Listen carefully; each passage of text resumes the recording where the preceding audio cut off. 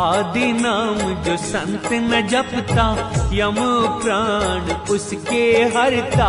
आदि नाम है अक्षर माही, गुरु बिन नरक छूटे।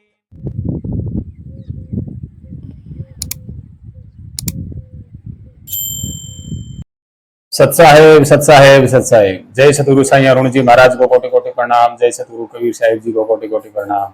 जय सतगुरु रविदास जी महाराज को कोटि कोटि प्रणाम। जय सतगुरु नानक साहिब को कोटि कोटि प्रणाम।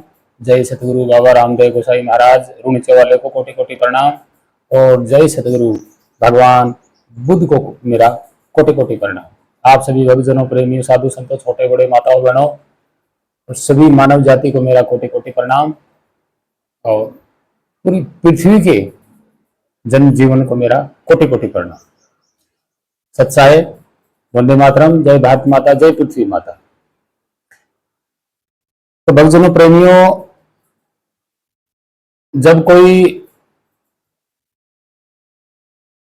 सोशल मीडिया पे कोई बात कहता है या किसी भी प्रकार की कोई बात की शुरुआत करता है तो क्या होता है, सवाल पे सवाल जो है शुरू हो जाते हैं कि ये बात क्या सच है, क्या झूठ है। देखिए, जब सोशल मीडिया नहीं थी तो घूम घूम के किसी बात का प्रचार किया जाता था और सत्यता जानने के लिए वहां जाना पड़ता था। कुल मिला के यह है कि इतिहास हो या कोई बात हो, कहानी हो, कुछ भी हो, उस पे सवाल करने के लिए या उसकी पूछताछ करने के लिए साधन नहीं थे। आज सोशल मीडिया है, कोई भी बात हो जाती है तो सोशल मीडिया पे फैल जाती है और उसका कारण ढूंढने में लग जाते हैं। ठीक इसी तरह जैसे भारत का इतिहास, अन्य महान संतों की खोज, उनका रहन सहन, उनका चाल चलन, उनका मार्ग, तो पहले के दौर पे कोई और तरीके से उनका प्रचार किया जाता था। और जिसने भी कोई कहानी बना दी किसी ग्रंथ में, महाकाव्य में, रचना में, तो लोग क्या है, उसका इतिहास नहीं जानते थे। मतलब उसका इतिहास जानने की कोशिश नहीं करते थे।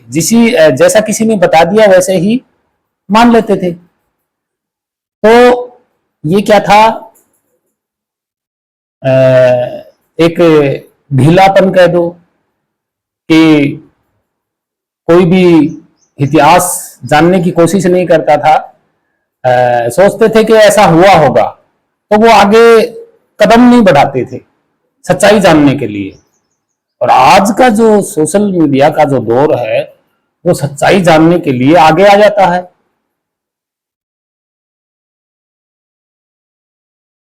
तो ऐसा ही कुछ इतिहास के साथ भी हुआ है। अब देखिए, हरियाणा, राजस्थान, पाकिस्तान, कुछ आज की डेट में जैसे राजस्थान है, हरियाणा राज्य है, और आगे फिर पाकिस्तान है, अफगानिस्तान है।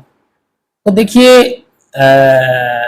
भगवान बुद्ध का जो जन्म है नेपाल लुम्बिनी शहर में, तो जो वहां का जो इतिहास है तो वो हरियाणा में कैसे पहुंचेगा उस जमाने के दौर में, या 1700 ईस्वी से पहले लगाओ, 1800 ईस्वी से पहले लगाओ, तो वो हरियाणा में प्रचार कैसे होगा। और जो कहानी बना दी गई, चाहे वो सम्राट अशोक की कहानी हो, चाहे वो भगवान बुद्ध की रिलेटिव हो, चाहे वो संत कबीर का हो, रविदास जी का हो, नानक साहिब का हो, तो इनका जो सत्य इतिहास है वो उस दौर में सच्चाई इतिहास है वो कौन उसका पहुंचाएगा। जिनको पता था तो उन्होंने क्या किया, उनका जो है तोड़ मरोड़ के इतिहास जो है लोगों ने प्रचार कर दिया। अब जो दूर दराज के जो इलाके हैं उनमें जब किसी महापुरुष की या किसी की कोई मनगढ़ंत कहानी उनके तरफ उनके पास पहुंचेगी तो वो तो वैसे ही मान लेंगे।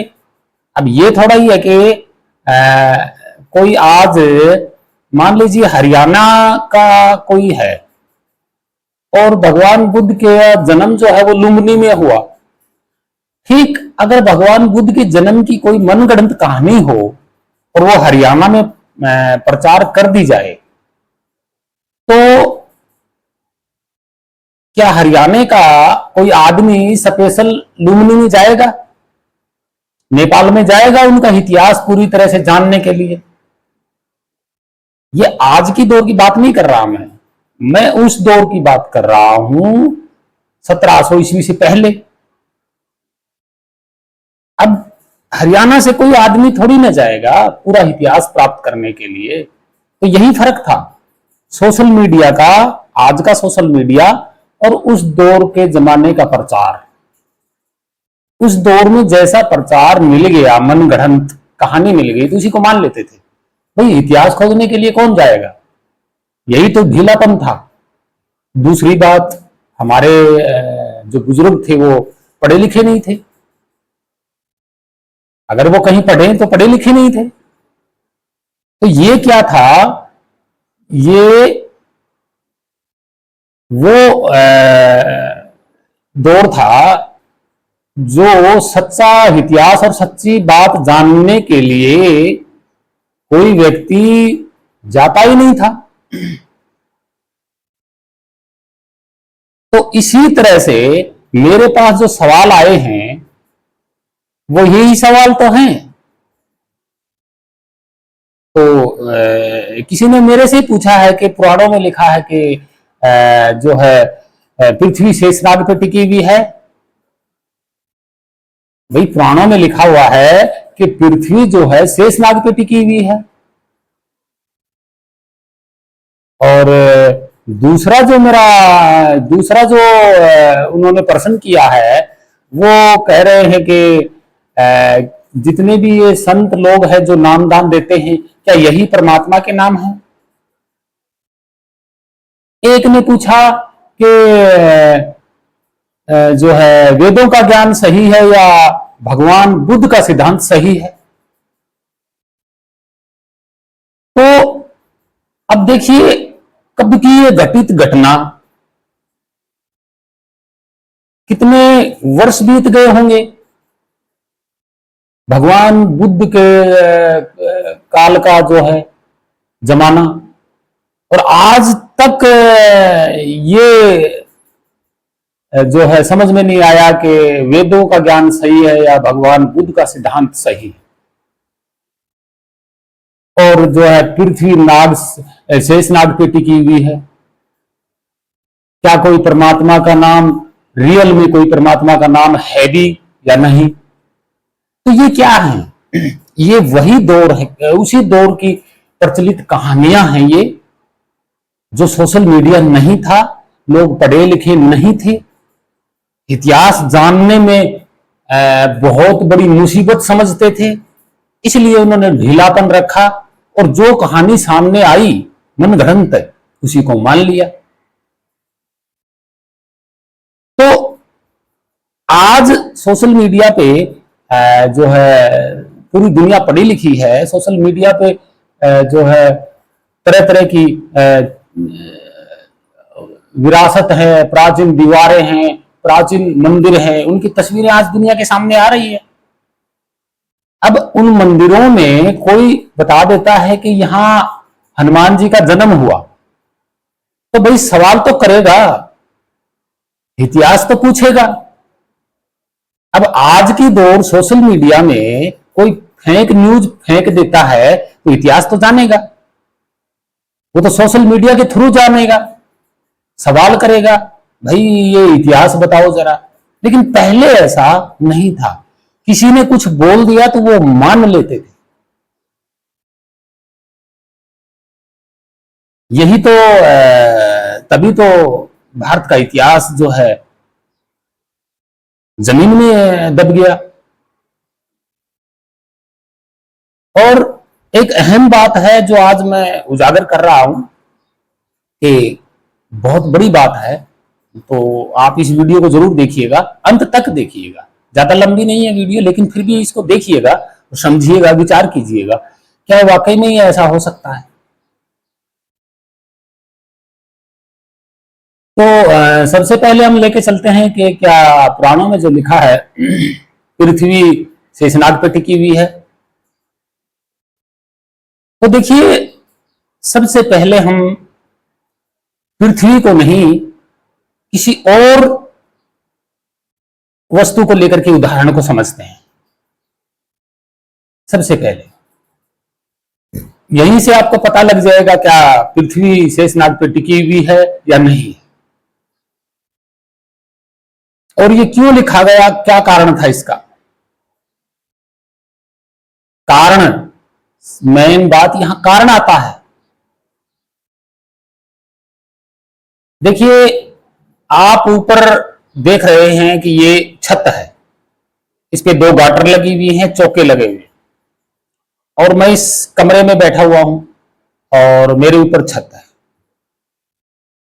ठीक है, आप गौर करिएगा कि मैं कमरे में बैठा हुआ हूं, मेरे ऊपर छत है और 2 गाटर मुझे दिखाई दे रही है, और मैं छत के नीचे बैठा हुआ हूं। अब सवाल यहां उठता है, क्या मैं यही कमरे में बैठा बैठा अभी, क्या मैं छत का ऊपरी हिस्सा देख पाऊंगा? नहीं देख पाऊंगा कि ऊपर छत के क्या हो रहा है, क्या है, कैसा है, क्या कोई सामान भी रखा है, मुझे नहीं पता।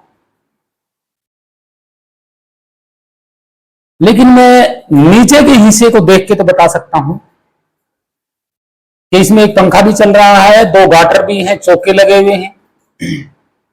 भाई, मैं नीचे के हिस्से को तो देख के बता सकता हूं, क्योंकि छत मेरे ऊपर है और छत का जो हिस्सा है, नीचे वाला हिस्सा मुझे दिखाई दे रहा है, ऊपर वाला हिस्सा मुझे दिखाई नहीं देता। ठीक है, अब मैं रूम से निकल के बाहर छत पे अगर मैं चला जाऊंगा तो मुझे छत, ऊपर की छत दिखाई देगी, नीचे का जो छत का हिस्सा है वो मुझे नहीं दिखाई देगा।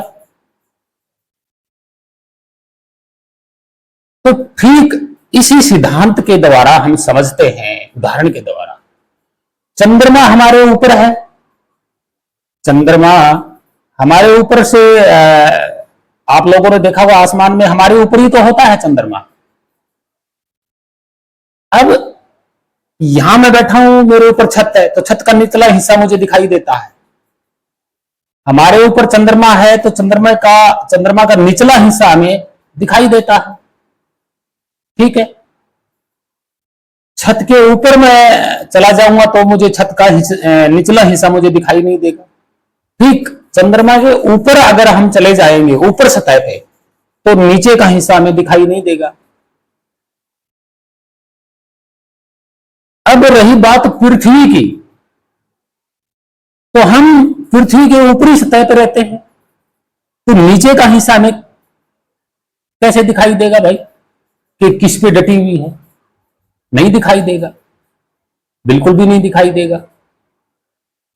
अब चंद्रमा की तो हम कह सकते हैं कि चंद्रमा आकाश में है और नीचे का हिस्सा हमें दिखाई देता है, इसके नीचे कुछ भी नहीं है।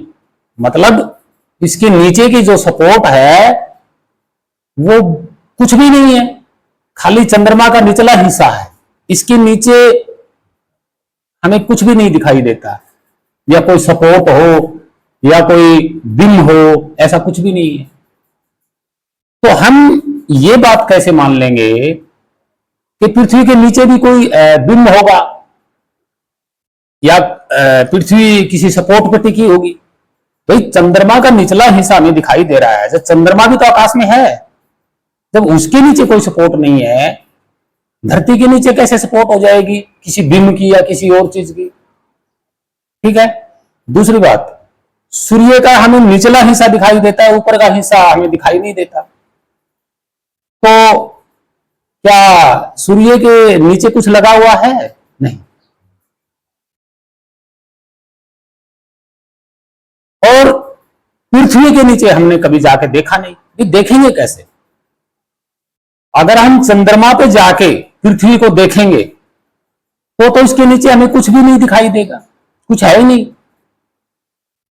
जैसे आज हमें चंद्रमा ऊपर से दिखाई देता है और उसका निचला हिस्सा दिखाई देता है, ठीक वैसे ही हम चंद्रमा पे जाएंगे तो पृथ्वी नजर आएगी और पृथ्वी का निचला हिस्सा भी नजर आएगा। अब बात आती है कि पुराणों में लिखा है कि पृथ्वी के नीचे शेषनाग है। बस यही वो कारण था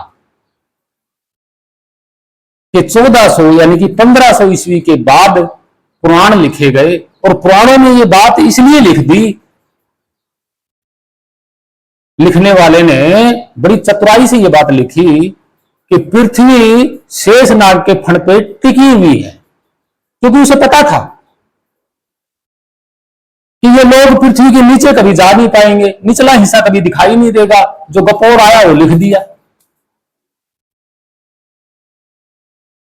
भाई चंद्रमा का अगर पुराणों में लिखा होता कि चंद्रमा, पृथ्वी का तो नाम ले दिया उन्होंने, भाई पृथ्वी का तो नाम रख दिया, पृथ्वी को तो कह दिया कि भाई शेषनाग पे पृथ्वी जो है टिकी हुई है। अब चंद्रमा के बारे में क्यों नहीं लिखा कि चंद्रमा भी किसी कछुए के ऊपर या किसी मछली के ऊपर या किसी गरुड़ के ऊपर टिका हुआ है? क्यों नहीं लिखा? क्योंकि अगर लिख देते तो लोग कह देते कि चंद्रमा के नीचे कुछ भी नहीं है। आप लोग गपोड़ लिख रहे हो तो सवाल उठ सकता था, इसलिए उन्होंने चंद्रमा का नाम नहीं लिखा कि चंद्रमा किसी सपोर्ट पे टिका हुआ है। सूर्य हमें दिखाई देता है, इसके नीचे कुछ नहीं है, इसलिए उन्होंने सूर्य का नाम भी नहीं लिखा कि सूर्य किसी सपोर्ट पे टिका हुआ है। पृथ्वी का इसलिए लिखा कि हम ऊपर रहते हैं पृथ्वी के और निचले हिस्से को कोई देख नहीं पाएगा, इसलिए उन्होंने ये गपोड़ लिखा पुराणों में कि पृथ्वी शेषनाग पे टिकी हुई है।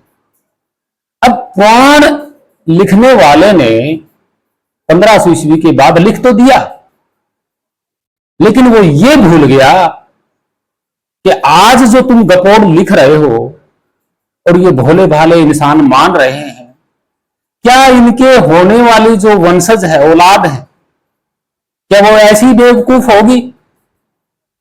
ये अंदाजा नहीं लगाया।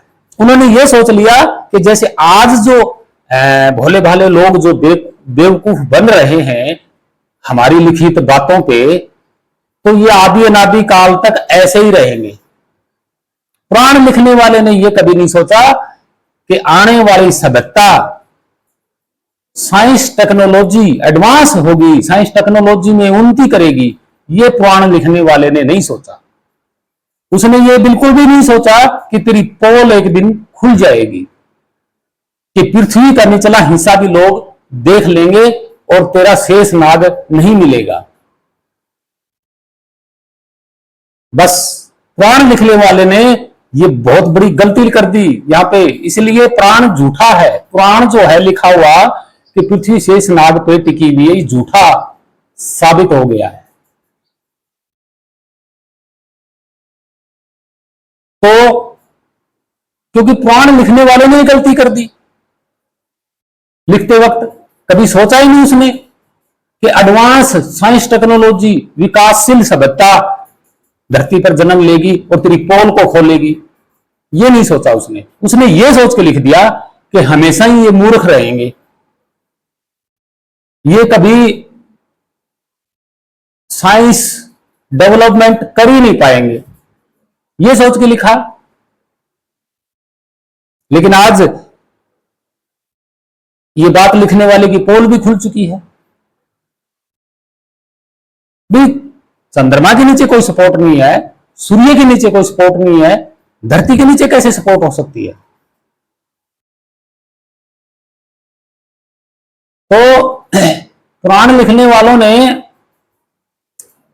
या रामायण हो या महाभारत हो या गीता हो या वेद हो या शास्त्र हो, बस उन्होंने, लिखने वालों ने ये गलती कर दी कि आने वाली जनरेशन बहुत बड़ी साइंस डेवलपमेंट होगी और तुम्हारे सारे जो लिखे गपोड़ हैं इनका पर्दाफाश भी हो जाएगा। ये नहीं सोचा। तो हे मानव, हे भक्तजनों, प्रेमियों, ऐसा बिल्कुल भी नहीं है। जो गपोड़ गाथा है ये, इनकी पोल जो है पूरी तरह खुल चुकी है।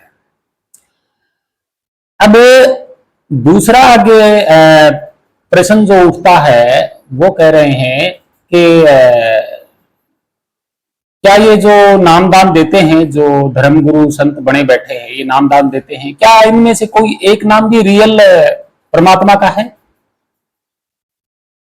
तो देखिए, जब भाषा नहीं थी, जब इंसान बोलना भी नहीं जानता था, जंगलों में रहता था, पता नहीं क्या क्या बोलता था, भाषा ही नहीं समझ में आती थी, वो एक दूसरे से इशारे से बात करते थे। और आज भी अगर आप अफ्रीका के जंगलों में जाएंगे तो वो अपने इशारों पे आज भी बात करते हैं, बोलना उनको भी नहीं आता है। तो आप ये आइडिया लगाइएगा, जब से भाषा बनी है, अक्षर बने हैं, लिपि बनी है, और जो मन में आया वो बात जो है लिखे जा रहे हैं, तो जो वस्तु कभी देखी ही नहीं गई तो भला उसका नाम कैसे रखा जाएगा? क्या उसका कोई खास कारण ढूंढा है? भाई, कारण जब सामने आएगा तभी तो नाम रखा जाएगा, और बिना कारण के नाम कैसे रख दोगे? तो आज तक धर्मगुरु पाखंडी जो संत लोग बने बैठे हैं, जो नामदान दे रहे हैं, उन्होंने आज तक कारण नहीं ढूंढा कि जो ये सिस्टम चल रहा है ये किसके कारण चल रहा है। भाई, इसका कोई तो कोई कारण है ना। अगर कोई कारण है तो वो ढूंढा नहीं। इन्होंने अपनी मर्जी से नाम इस तरीके से बना दिए जैसे कोई आदमी हो और उसने ये सारा सिस्टम चला रखा है, और वो कहीं बैठा हुआ है। ये किसने तय कर लिया भाई कि वो कोई आदमी है, कहीं अपने लोक में बैठा है, और उसको देख करके उसका नाम रख दिया? ये किसने तय कर लिया? किसने तय किया? ये कौन से ऐसे ग्रंथ में लिखा हुआ है कि ग्रंथ लिखने वाले ने ये तय किया हो कि मैं वहां गया था, परमात्मा को बैठा देखा मैंने, और इस रंग रूप का था, इस आकार का था, ये उसका नाम था? अगर किसी ग्रंथ में किसी ग्रंथ लिखने वाले ने अगर ये बात लिखी हो कि परमात्मा कहीं और जगह बैठा हुआ है और वो ऐसा है, इतना बड़ा है, छोटा है, लंबा है, ये उसका रंग रूप है और ये उसका नाम है, अगर ग्रंथ में वो नाम दे दिया तो वही नाम रहना चाहिए था। एक अलग अलग नाम क्यों रखे गए भाई? तो सच्चाई यही है कि आज तक इन्होंने कोई कारण नहीं ढूंढा, पीछे कारण नहीं ढूंढा। अब ना ही तो वेदों में ये बात लिखी हुई कि इसके पीछे कोई कारण है।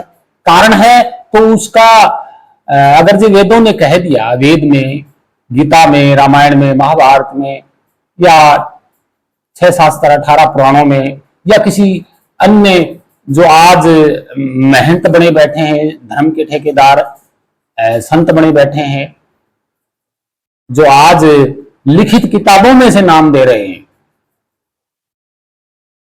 क्या उन्होंने कभी उस कारण को ढूंढा? वो कारण जो है वो किस रंग रूप का है, कितना बड़ा है वो कारण, कहां है वो कारण? भाई, कारण ढूंढे बगैर तो कोई बात पकड़ी नहीं जाएगी। अब रही बात परमात्मा स्वयं की, तो भाई ढूंढा किसने, कहां है वो, किस रंग रूप का है। अगर परमात्मा नाम है उसका, तो फिर ईश्वर नाम क्यों रखा, भगवान क्यों रखा, आत्मा क्यों रखा, प्रभु क्यों रखा, परमेश्वर क्यों रखा, अल्लाह क्यों रखा, खुदा क्यों रखा। नाम तो वही एक होना चाहिए था। तो ये क्या है, मन गढ़ंत है सब सिस्टम, कारण किसी ने नहीं ढूंढा अभी तक। हाँ, जिन्होंने ढूंढा है उनको तो पता है कि इसका कोई नाम है ही नहीं, खाली एक परिवर्तन है। और जिन्होंने कारण ढूंढा है वो उसको कोई नाम थोड़ी ना देंगे अपनी मर्जी से, वो स्वयं एक कारण है, उसका नाम थोड़ी हो सकता है, वो कोई वस्तु थोड़ी ही है। तो ये भी एक गपोड़ गाथा है जो नाम दान देते हैं, ये नाम सत्य नहीं है परमात्मा के।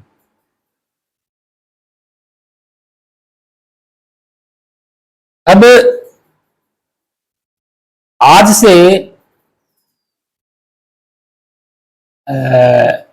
40 साल पहले अगर कोई बोल देता कि मोबाइल मोबाइल मोबाइल, भाई मोबाइल देखा ही नहीं किसी ने, यूं मोबाइल मोबाइल बकने से क्या फायदा होगा, क्या फायदा होगा। हाँ, पहले कोई वस्तु बनती है फिर उसका नाम होता है, और जो नाम होता है तो उसके पीछे कारण कौन होता है, वस्तु होती है, और वस्तु का तो एक ही नाम होता है, और वो एक ही आकार में मिलेगी। अब सूर्य हमें दिखाई दे रहा है तो ये आकार में भी है, प्रकार में भी है, इसकी लंबाई चौड़ाई हमें पृथ्वी से नजर आ रही है, और इसका हमने नाम रख दिया। तो पहले वस्तु है फिर नाम रखा गया ना। ठीक वैसे ही पहले परमात्मा को जाना अगर है तो उसका नाम भी एक होना चाहिए। आज अगर किसी ने देखा है तो वो तस्वीर भी तो बना सकता है, ऐसा थोड़ी है कि जिस व्यक्ति ने अगर परमात्मा को देखा हो तो वो व्यक्ति क्या मामूली व्यक्ति होगा, बताइए जरा सोच के, मामूली व्यक्ति नहीं है वो।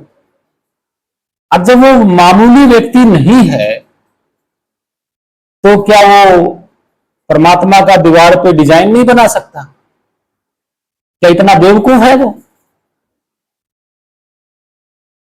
तो ये क्या है, हमने पहले ही बता दिया था 1400 ईस्वी के बाद न जाने ऐसे क्या क्या लिखा गया, तो लोगों ने मान लिया, कारण नहीं ढूंढा। ठीक वैसे ही पृथ्वी का भी एक गपोड़ दे दिया कि शेषनाग पे टिकी हुई है, बस मान लिया, कारण नहीं ढूंढा, अंदाजा नहीं लगाया। जब चंद्रमा के नीचे सपोर्ट नहीं है, सूर्य के नीचे सपोर्ट नहीं है, पृथ्वी के नीचे सपोर्ट कैसे हो सकती है। तो नाम ये सब धर्मगुरु पाखंडी अपनी मन मर्जी का नाम देते हैं भाई, ये नाम परमात्मा के नहीं है।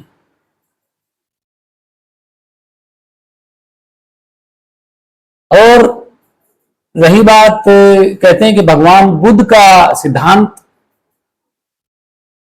सही है या वेदों का सिद्धांत, पुराणों का, ग्रंथों का, रामायण गीता महाभारत का सिद्धांत सही है या भगवान बुद्ध का सिद्धांत सही है।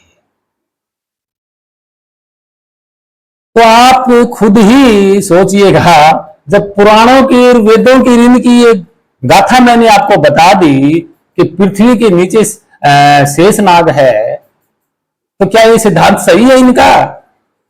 और भगवान बुद्ध का सिद्धांत मैं आपको एक छोटी सी बात पे बता देता हूं कि 1 2 3 यानी कि 1 2 3, इसका मतलब क्या है, इसका मतलब क्या है। और उसी सिद्धांत पे आज पूरा का पूरा अध्यात्म भी चलता है, पूरा का पूरा धार्मिक अध्यात्म जो है, अंतरात्मा का अध्यात्म, वो भी 1 2 3 पे चलता है, और विज्ञान भी 1 2 3 पे चलता है, यानी कि 1 2 3। ये भी 1 2 3 क्या है, ये 1 2 3 कहां से गया था, भारत से गया था, पूरी पृथ्वी पे फैला हुआ है आज। 1 2 3, 1 2 3। और इसी पे आज बाहर की विदेशी साइंस डेवलप कर रहे हैं, इसी सिद्धांत पे। कौन सा है ये, क्या काम, क्या मतलब है इसका? कार्य, कार्य मतलब पहला कार्य, कार्य के पीछे कारण, और कारण के पीछे वो जगह जहां से कारण पैदा हुआ है,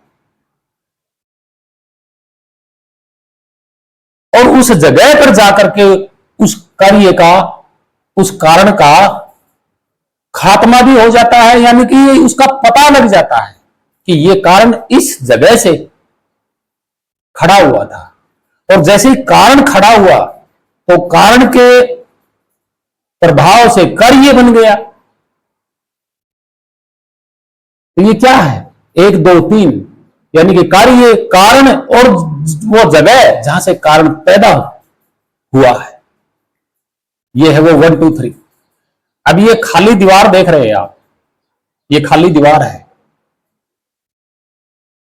ठीक है। इसमें अगर आप लाइन खींचोगे तो क्या पैदा हो गया, कारण, कारण पैदा हो गया। अब इस लाइन से आप कोई चित्र भी बना सकते हैं, स्वास्तिक भी बना सकते हैं, तो ये हो गया ना 1 2 3, 1 2 3। यही सिद्धांत अध्यात्म में चलता है, भक्ति मार्ग में भी यही सिद्धांत है, धार्मिक में भी यही सिद्धांत है। कौन सा 1 2 3?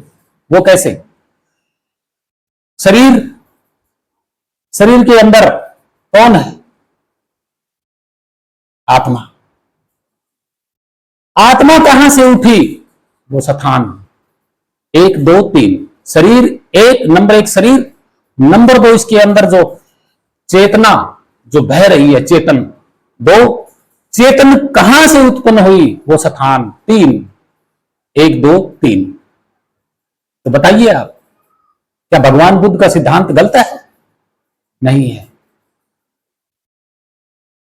और ये सिद्धांत अध्यात्म सिद्धांत, भक्ति का सिद्धांत, ये आपके ना वेद में है, ना आपके पुराणों में है, ना गीता में है, ना रामायण में है, ना महाभारत में है, ना 6 शास्त्रों में है, ना 18 पुराणों में है। यही सिद्धांत ना बाइबल में है, ना कुरान में है। ये सिद्धांत क्या है? ये सिद्धांत धर्म में बंधा हुआ नहीं है, जाति पाति में बंधा हुआ नहीं है, ऊंच नीच में बंधा हुआ नहीं है।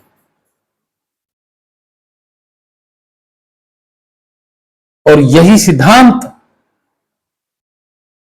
पूरे अखंड भारत में सम्राट अशोक ने अपनाया था।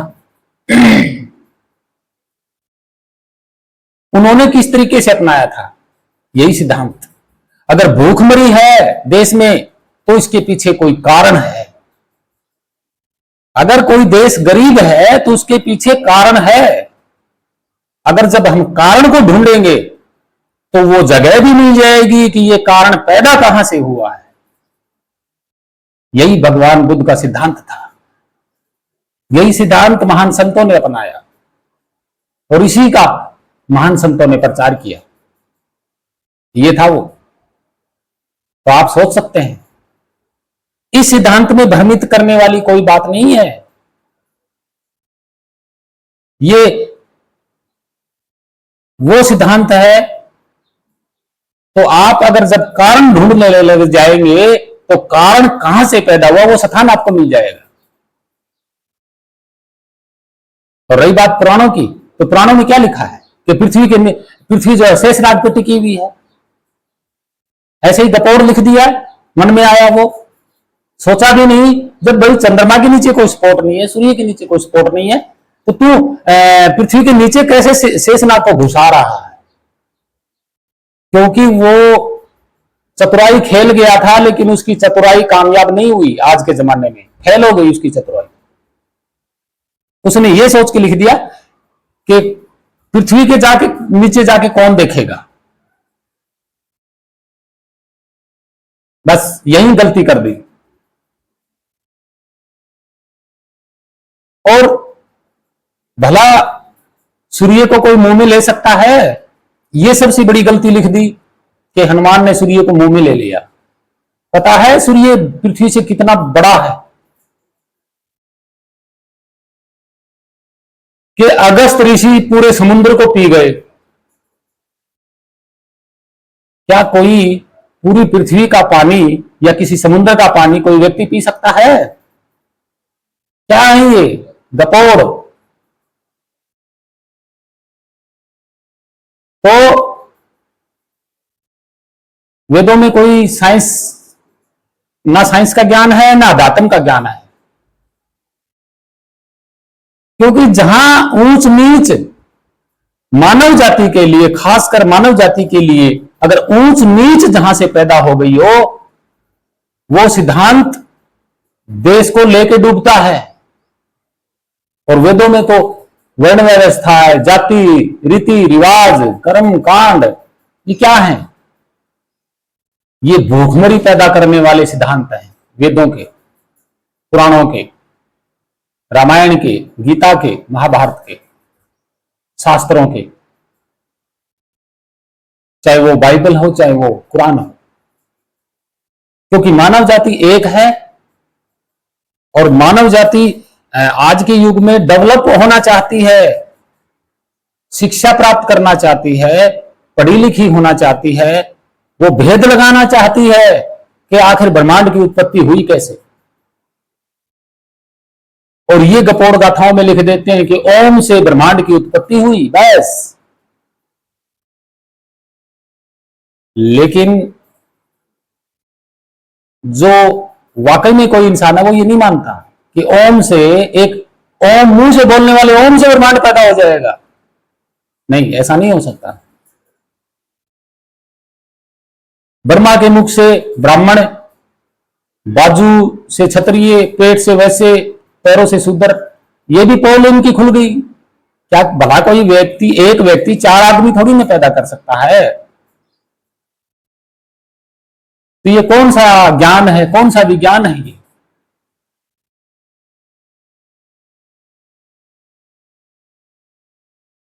ये ज्ञान विज्ञान नहीं है।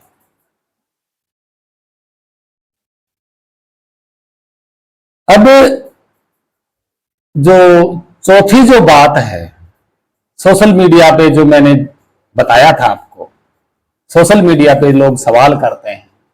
देखिए, सोशल मीडिया पे आजकल जो पाखंड का प्रचार जो लोग करते हैं, वो ज्यादातर वही काम करते हैं और कोई नहीं करता है। जिनको व्यूज बढ़ाने होते हैं, जिनको यूट्यूब पे पैसा कमाना होता है या फेसबुक पे पैसा कमाना होता है या इंस्टाग्राम पे पैसा कमाना होता है, वो क्या करते हैं क्योंकि भारत के जो मूल निवासी हैं वो धर्म में फंसा हुआ है, हिंदू धर्म को लेके बैठा हुआ है। इनको पता नहीं है कि हिंदू धर्म, हिंदू जो शब्द है ये तो ब्रह्मा के मुख से होने वाले जो ब्रह्मा पुत्र हैं उन्होंने गालियां दी हैं हिंदू को। हिंदू एक गाली है। अच्छा, फिर हिंदू को किसमें फंसाया? देवी देवताओं में, रामायण में, महाभारत में, गीता में और वेदों में उलझा दिया। अब क्या करते हैं जो हिंदू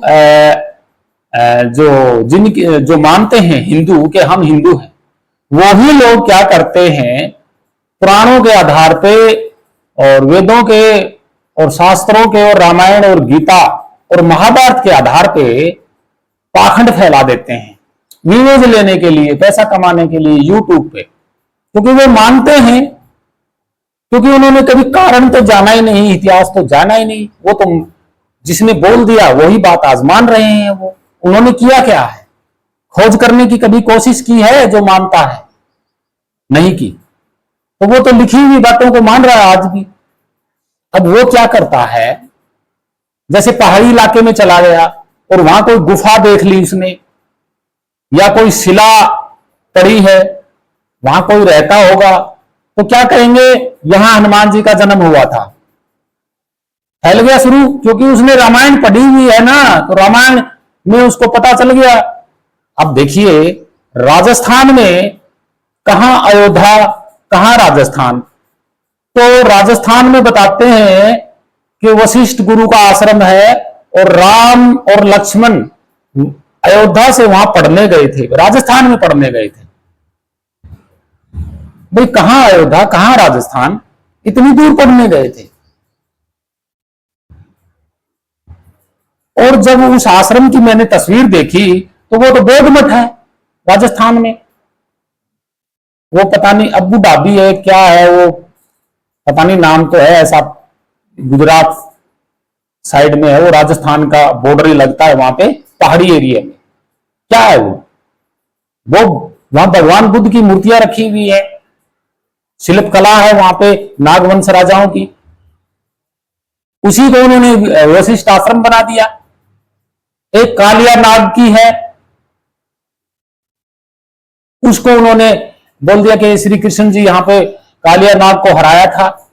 3 जगह तस्वीर दिखा रखी है कालिया नाग की, अलग अलग इलाकों में। क्या 3 जगह लड़के आए थे कृष्ण कालिया नाग से? अरे राजा महाराजाओं की पुरानी विरासत पड़ी है। यहां फलाने ऋषि का आश्रम था, यहां अर्जुन आया था, यहां भीम आया था, ये भीम का गोदा है, ये भीम की शिला है। भाई प्रकृति है, कुदरती देन से कुछ भी हो सकता है, समय और प्रकृति के अनुसार कुछ भी हो सकता है। कोई भी पत्थर आकाश में भी उड़ सकता है भाई। प्रकृति का खेल जो है वो निराला होता है। तो क्या हम उसको महाभारत रामायण से जोड़ देंगे? तो ये पाखंडी लोग क्या करते हैं सोशल मीडिया पे कि किसी की भी प्राचीन पुरानी अगर कोई किला मिल जाता है तो वो उसको कंस का किला बता देते हैं। श्रीलंका में एक बार बार एक दिखाते हैं बहुत बड़ा महल पहाड़ के ऊपर, और उसके गेट पे जो है शेर जैसे पंजे दिखा रखे। वो कह रहे हैं यहाँ रावण का वो था महल। तो ये कौन है? ये पाखंड फैलाने वाले हैं। और लोग उनको लाइक भी करते हैं, देखते भी हैं, बार बार देखते हैं। ये क्या है? व्यूज बढ़ाने का तरीका, लाइक सब्सक्राइब बढ़ाने का तरीका, जो पाखंड फैला देते हैं। हालांकि श्रीलंका में रावण जैसा कोई व्यक्ति पैदा नहीं हुआ। 1972 में श्रीलंका नाम रखा गया था, उससे पहले उसका नाम सिलन था, सिलन। और बहुत सारे ऐसे भारत में स्थान हैं जो भगवान बुद्ध के बौद्ध विहार है और बौद्ध भिक्षुओं के मठ भी हैं। उन्हीं को इन्होंने, कोई तो रामायण का बता देता है, कोई महाभारत का बता देता है, कोई गीता में से ले लेता है, कोई वेदों में से ले लेता है, कोई पुराणों में से ले लेता है, कोई शास्त्रों में से ले लेता है। ये क्या है? ये पाखंड फैलाते हैं। ये सत्य है, झूठ नहीं है। क्योंकि जो पाखंड फैलाने वाला है उसके दिमाग में भ्रम बैठ गया है कि हो ना हो ये रामायण का है, हो ना हो ये महाभारत का है, हो ना हो ये पुराणों में होगा। और फिर दिखा देते हैं कि ये देखो पुराणों में लिखा है, ये देखो महाभारत में लिखा है, रामायण में लिखा है, वेदों में लिखा है, शास्त्रों में लिखा है। इतिहास कभी जाना ही नहीं। कह देते हैं कि रामचंद्र जी यहां पढ़ते थे। कौन सी भाषा पढ़ते थे रामचंद्र जी, बताइए जरा। कि भगवान श्री कृष्ण ने कुरुक्षेत्र में उपदेश दिया, कौन सी भाषा में उपदेश दिया था? कौन सी भाषा में उपदेश दिया था? बताइए जरा, भाषा कौन सी थी? क्या वो लिखित रूप में थी या मुख बोली थी? अब रही बात संस्कृत की, क्योंकि इनके जो ग्रंथ, पुराण, शास्त्र, वेद, पुराण वगैरह जो भी मिलते हैं ये संस्कृत में मिलते हैं। और संस्कृत के अलावा जो हमारी भारत की मूल प्राकृत धम्मलिपि, पाली प्राकृत जो भाषा है उसमें ये मिलते नहीं। मूल भाषा हमारी धम्मलिपि है, प्राकृत पाली। संस्कृत बनी है 1200 ईस्वी के बाद, ये 1000 साल पुरानी भी नहीं है। तो आज तक ये भेद नहीं लगा इनका कि इनको लिखने वाला कौन था। अगर लिखने वाला कोई था तो वो कहां का रहने वाला था, कहां बैठता था? कौन सी जगह उसका विश्वविद्यालय था, यूनिवर्सिटी थी, आश्रम था? तो ये इतिहास कोई जानता नहीं है। मन में आया, मन गढ़ंत किसी भी चीज का, कहीं से भी पत्थर को उठाया और फैला दिया, किसी गुफा को उठाया, फैला दिया, दिखा दिया कि यहां शिव आए थे, यहां ब्रह्मा जी आए थे, यहां विष्णु जी आए थे, यहां विष्णु जी आराम करते थे यहां पे। ये कौन सा इतिहास है भाई? अगर फैला दिया तो वहां कुछ लिखा हुआ नहीं है क्या? फैलाने वाला जो खबर फैलाता है, झूठी पाखंड है, उसने क्या कभी सोचा है? वो तो देख के बता रहा है ना, और वेदों में, पुराणों में, इनमें मैचिंग कर रहा है। लेकिन उसने कभी ये नहीं सोचा रियल में इसका कारण क्या है, इसका इतिहास क्या है, क्यों बनाया गया है, क्या कारण है, ये नहीं जाना। इसलिए मन गढ़ंत प्रचार हो रहा है। साबित नहीं किया किसी ने आज तक, कारण नहीं ढूंढा। और जब तक कारण नहीं ढूंढा जाएगा, कारण कहां से पैदा हुआ, क्यों पैदा हुआ, ये भेद नहीं लगेगा।